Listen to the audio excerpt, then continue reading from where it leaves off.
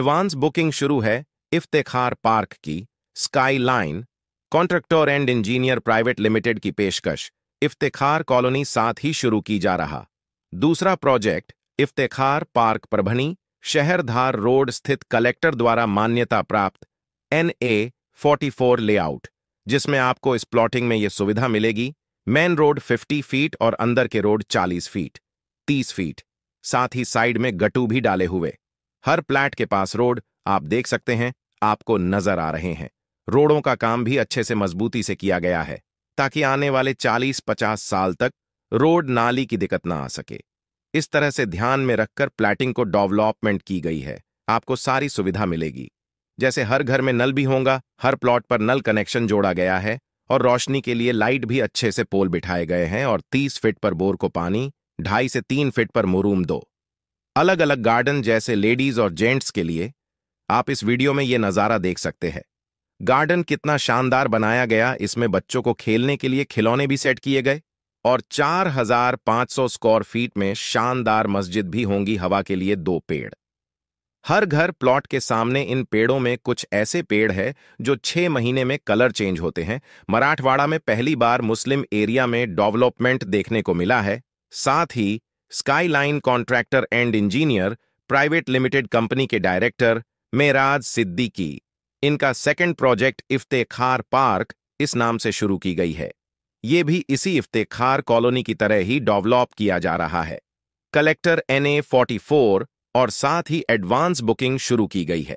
इस प्लैटिंग में सिर्फ 115 प्लॉट है इफ्तेखार पार्क की, और एक खास बात, इस प्लैटिंग से सीधे धार रोड को रास्ता भी निकाला गया है।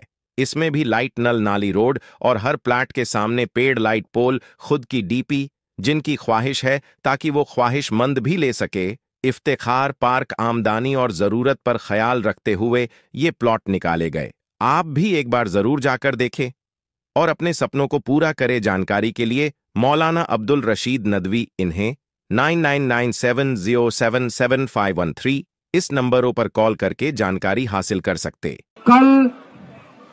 कल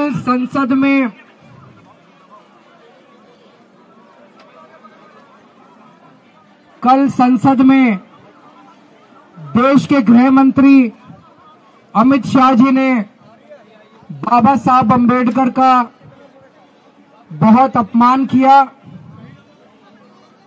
उनका एक तरह से मजाक उड़ाया।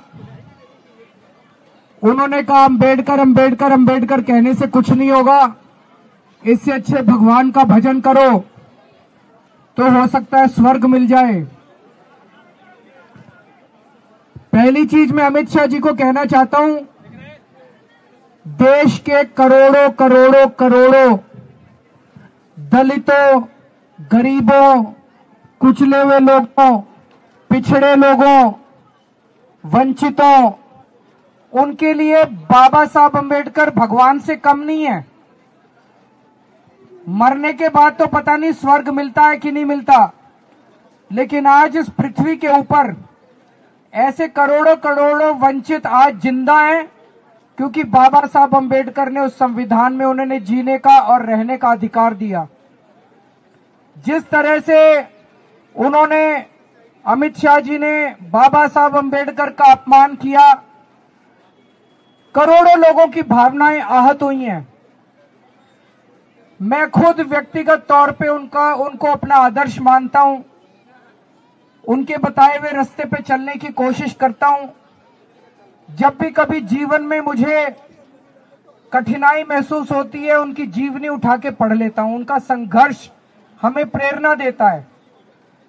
केवल मेरे लिए नहीं, आम आदमी पार्टी भी बाबा साहब अंबेडकर के जीवन और बताए हुए रास्ते पे चलने की कोशिश करती है। और मेरे जैसे करोड़ों लोग हैं जिनके आदर्श हैं बाबा साहब अंबेडकर, उन सभी करोड़ों लोगों की भावनाओं को आहत किया है अमित शाह जी ने।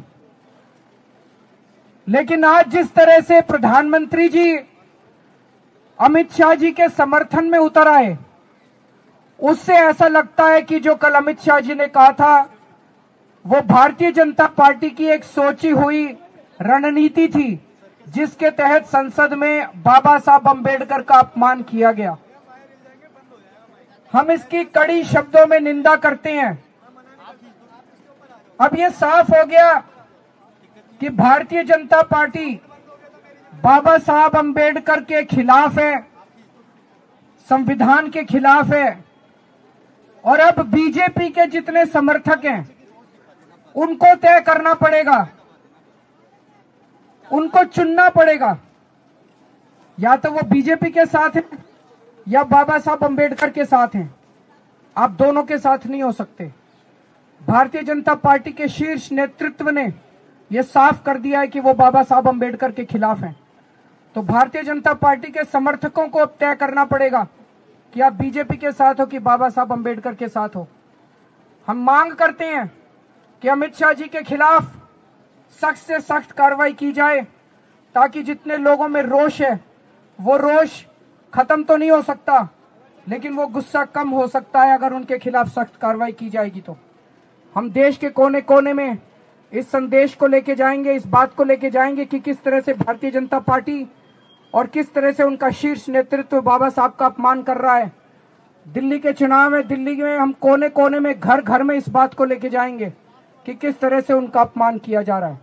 फिर से हम इसकी घोर निंदा करते हैं और बहुत ठेस हम सब लोगों को महसूस हो रही है। अभी एक फैशन हो गया है, आम्बेडकर आम्बेडकर आम्बेडकर आम्बेडकर आम्बेडकर आम्बेडकर। इतना नाम अगर भगवान का लेते तो 7 जन्मों तक स्वर्ग मिल जाता।